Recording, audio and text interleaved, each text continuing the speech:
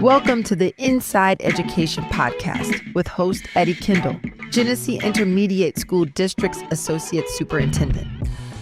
Hello, listeners. Welcome back to Inside Education. I'm your host, Eddie Kendall. My guest today is Dr. Mary Behm, Assistant Superintendent of Education and Learning here at the Genesee Intermediate School District. Together, let's jump in and explore summer learning opportunities across Genesee County. From the engaging programs offered at the Lagan Outdoor Center to the countywide Read to a Million Challenge, learning doesn't stop when school is out. So welcome to the show, Dr. Mary Behm. Mary, let's kick things off with a summer favorite that brings learning right to our neighborhoods, the Mobile Education Lab. Tell us a little bit about it. Well, before I tell you about that, first of all, thank you for having me on. This is awesome to have you here. This is great. So, Mel Bus. So think of Mel like a venue that districts can basically check out to help them connect with parents, their students, and the community. Summer's a great time for that. Obviously, the Mel runs all year long, but in the summer in particular, it's scheduled through Kathy Lenz, who's actually a coordinator to help district staff schedule their events. And we can also provide materials, books, and supplies if needed. That's awesome. Yeah. So, Mary, can you share an example of some of our local school districts using the Mel Bus? Now, we only got one bus. We got 21 public school districts in Genesee County. But just one example of how using the Mel Bus can really impact a summer learning experience for a student in one of our communities in Genesee County. Yeah, that's a great question. So we have actually lots of letters and emails from parents and district staff that just talk about the impact that that Mel Bus has made on helping to engage parents and families. This summer in particular, looking at our schedule, we have the Mel Bus checked out for enrollment fairs and summer book distributions, kindergarten registration, tutoring, family events, summer programming, and it's even booked into the fall for back to school events. So lots of different events. Districts can use it for how they need to support their locals. So, Mary, what I'm hearing is the Mel Bus will be super busy across the county this summer. It's going to be busy. That's exciting. So, switching topics, let's talk about a place I know that's near and dear to your heart because you just came from there. That's right. Let's talk about the Lagan Outdoor Center. And tell us a little bit about Lagan and the learning experiences offered through Lagan, specifically something that a district could take advantage of this summer. Yeah, I love that. So Lagan, not many people know about Lagan. Lagan is an outdoor education center out by Clio, and it is 268 acres of outdoor trails and facilities and lodging. Some of the favorite ways that students use Lagan over the summer would be for owl pellets or fishing, maybe off of our new dock, taking advantage of team building activities, walking the trails, lots of activities out at Lagan. But it's not just in the summer. Obviously, Lagan operates all year long. And they have a very robust winter educational program series where students and teachers can go to Lagan and use the snowshoes. Absolutely. They make syrup toward the end of winter. So there's so many things that can happen at Lagan. And Ranger Jason is just fantastic. Yes, he is. So, Mary, how does a local school district kind of take advantage of using Lagan to promote some of the hands-on learning experiences that you just kind of described? So they can take advantage. Really, they connect directly with Ranger Jason to book any times. They can go on the website. They can call us directly. But districts really use Lagan to be able to help kids connect with learning and opportunities in an outdoor setting. And that really that's unbeatable. That's priceless. And like you said, we're talking about over 200 acres Yes. of outdoor learning opportunities. So that is fantastic as well. So speaking of meaningful learning experiences, another exciting opportunity this summer is the English Language Summer Program. So Mary, if you could share more about how this program supports students who are learning the English language. I'm so glad that you brought up this.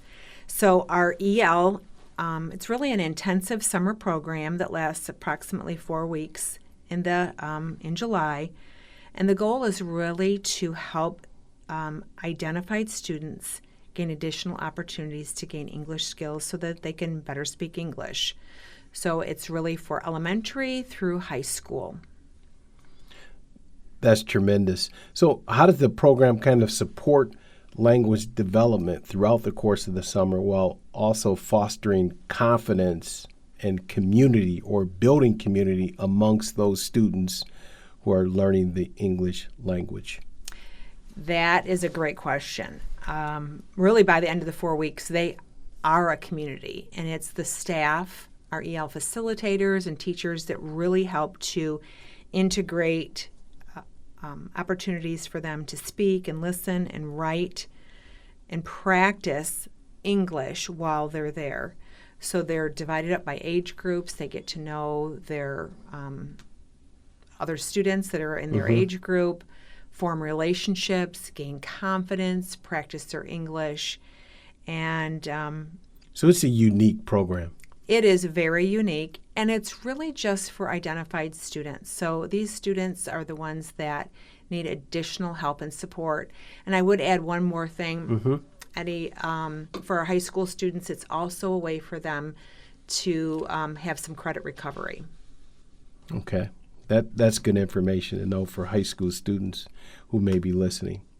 So now I know this is a program that you are absolutely excited about. I know it's run for a couple of summers, but this one summer program that GISD hosts to keep students reading during the summer is the Read to a Million Challenge. So Mary, that's kind of in your wheelhouse. Tell us about the Read to a Million Challenge. So I wish I could say we created it, but we didn't. So the Soups, they are the ones that really wanted to initiate something in the summer that the county could do collectively. And this was probably 4 or 5 years ago. So we came up with the Read to a Million Challenge, and that was challenging every student in Genesee County to read as many books as they can with the goal to reach 1 million pages read. Wow. So every district has a link, and they can go in and actually see how the participation is for their students. And again, this is kindergarten through 12th grade.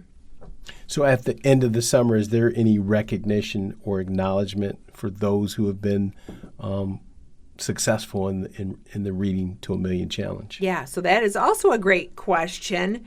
The ISD has prizes for some of the top readers and some of the top participating schools, but I will tell you that most of our other districts also do district prizes as well. Mm-hmm. So kudos to those 21 superintendents across Genesee County who value this program and see it as very vital to our student experience, especially in reading in the summer months. So, Dr. Behm, can you give us some simple but practical tips for parents who may be listening to support reading? Absolutely. So to support reading, I would say for the younger child, if you have a younger child, I would say make sure you read to them, have plenty of books at home, go visit your public library.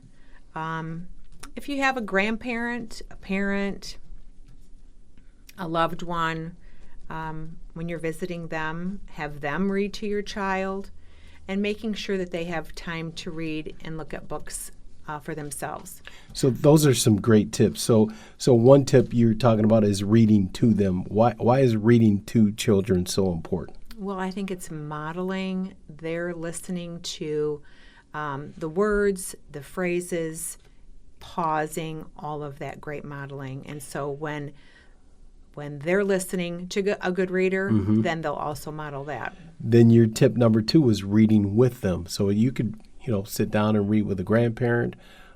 You can read with your child. You can read with a brother or sister. But absolutely. Why would that be a great strategy for a student who's learning to read, or just to keep their reading skills sharpened? Yep. So again, then they're in the seat of the modeler, and they can also model for a younger brother or sister, but it's also good practice for them as well. And I would say for older students, making sure that they can self-select their own books. What we pick out for a teenager might be very different than what they might want to pick out for themselves. So making sure that they're self-selecting a book. I know for my own kids, they love series, and they would get into one series and then just want to read that series over and over again. So you can read for interest, or you can read for information, which is so important. Absolutely. Also, don't forget the car. You're going lots of places this summer. Great example. Making sure to read signs and a menu when you're out to a restaurant, even in a drive-through. So reading is really everywhere.